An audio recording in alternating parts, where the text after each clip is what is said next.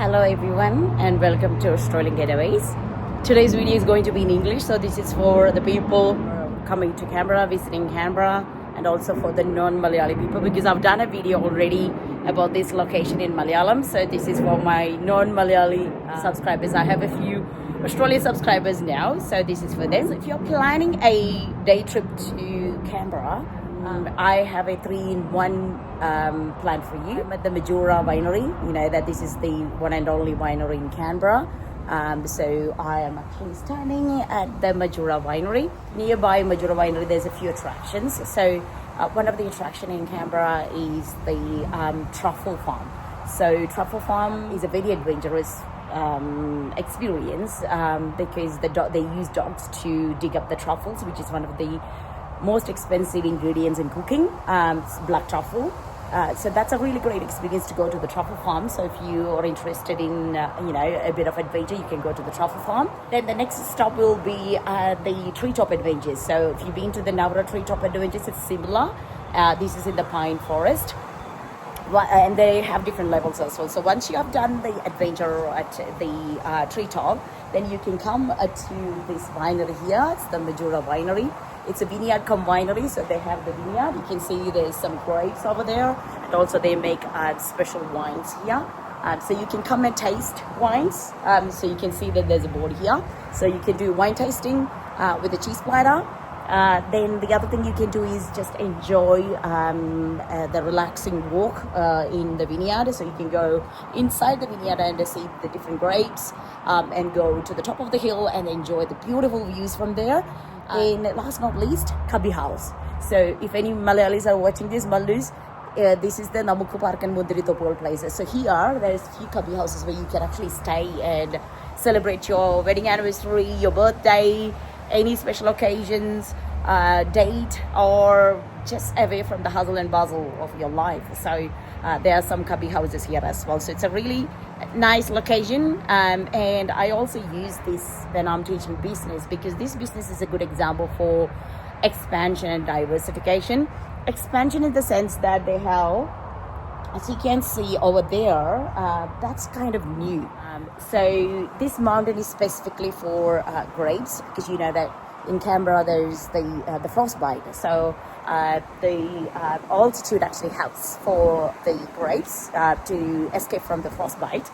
But they couldn't actually do the grapes harvest planting in the bottom because of the frostbite. So last time when I came here, I think it was Frank, he told me that they're going to expand because they have a lot of land, it's just wasted. So they were planning to plant grapes with some kind of irrigation, drip irrigation kind of system. So in the night, it will sprinkle water. That means there won't be any frostbite. So that's the new expansion you can see. Now let's check what he has to say about Mount Majura Winery. Welcome. We're in the middle of vintage and we're really happy this year because we've got beautiful weather and beautiful fruit. So we're busy making wine and a lot of the barrels are full, tanks are full, there's lots happening. It's a really exciting time of year for us. Is it the best year so far? Yeah, it's a very good one. Yeah. But I'll wait a few weeks until I've tasted everything, and when the dust settles, that's when you wait and see a little bit. But I'm so excited about it. Like I'm really happy with all the fruit we've got so far. So. Yeah, so you're happy that it's from nothing last year due to the smoke. Yeah. This is like abundance. Maybe not abundance, better than last year, right? Oh, it's a very good year, very good year. So what's your favorite variety here? I'm not allowed to have favorites. Oh, really?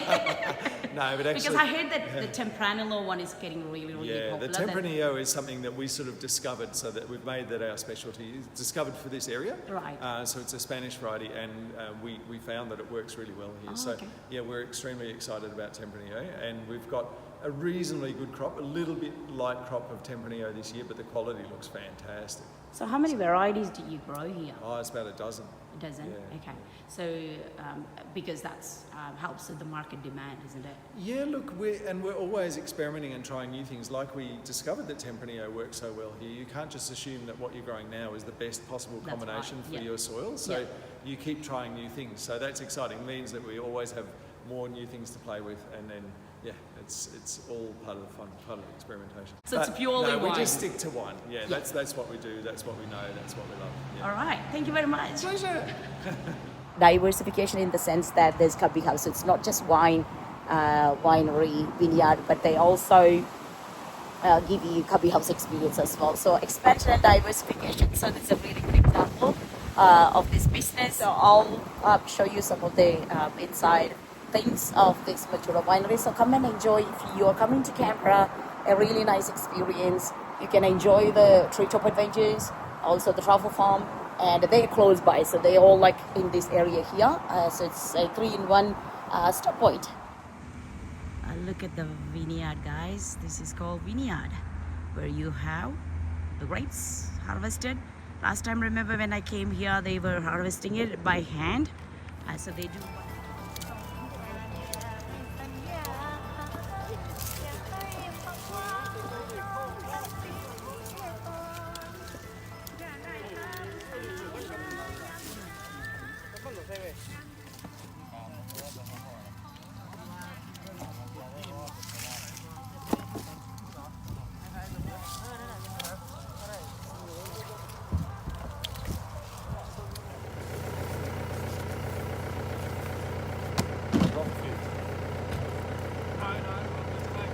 Yeah, that's fair. I reckon you might be good now.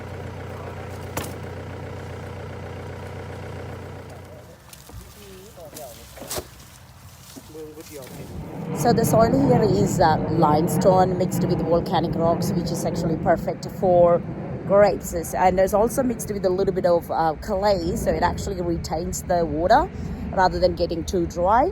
It's kind of like a reddish sand, but it's really good for grapes.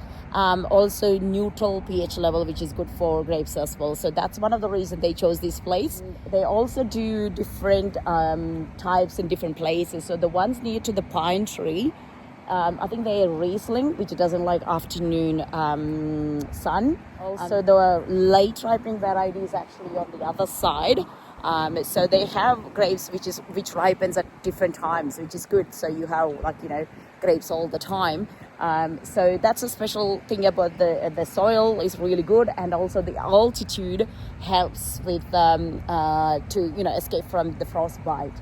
Yeah, so we can see that there's some in there. You can see the net to protect them from birds and other animals. Last time when we came here, there were kangaroos. So we'll have a look at some of the grapes here.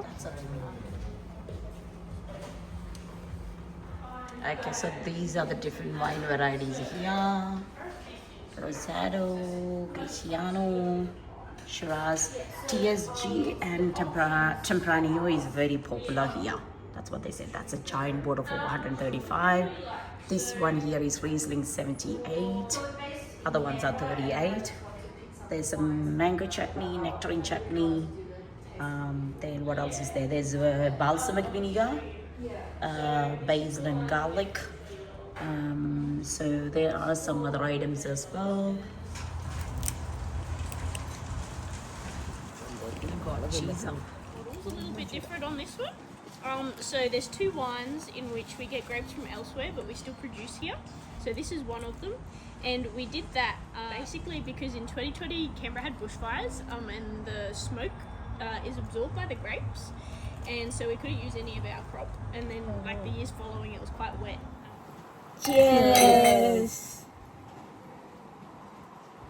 This is our Rosado. We've gone with a Spanish name because we grow quite a few Spanish varieties. Still a rosé. So it's Yeah. So it's a Chardonnay Pinot Noir blend.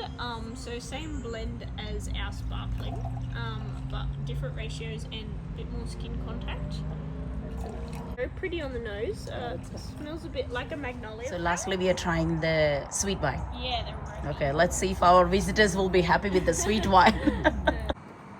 So this is the entrance to the vineyard. So just make sure that you actually clean your shoes to avoid the introduction of pests and diseases. Also look out for the swooping bird, which is one of the dangerous things in Australia other than the snake. So here is the vineyard. As you can see, there's so many varieties which are ready to be harvested. And it's very calm and quiet. And then you can also see there's a tractor there. You can take photos of the tractor. and it's nice views. Look at those grapes. The selection of the plot for Mount Majura Vineyard was selected from a geology map. East facing slope and limestones. Dennis block is the original vineyard planted in 1988, and the other blocks were added later. Dr. Edgar Reek was one of the first to plant vines in the Canberra district in 1971.